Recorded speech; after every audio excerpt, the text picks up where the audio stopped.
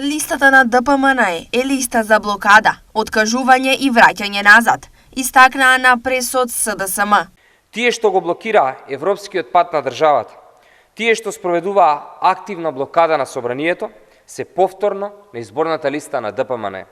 80% од предлог пратениците се докажани кочничари, додадоа од СДСМ. Граѓаните беа сведоци на блокадите, одолговлекувањата, безмислени реплики, штанцање и лјадници амандмани во Македонското собрание.